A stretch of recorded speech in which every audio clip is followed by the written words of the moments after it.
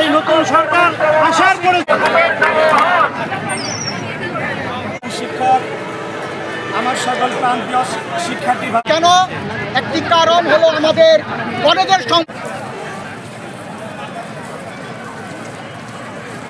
সবকিছুই আমাদের সরকার, এখানে আমাদের ব্যক্তিগত আক্রোশ বলে কিছু থাকার কথা না।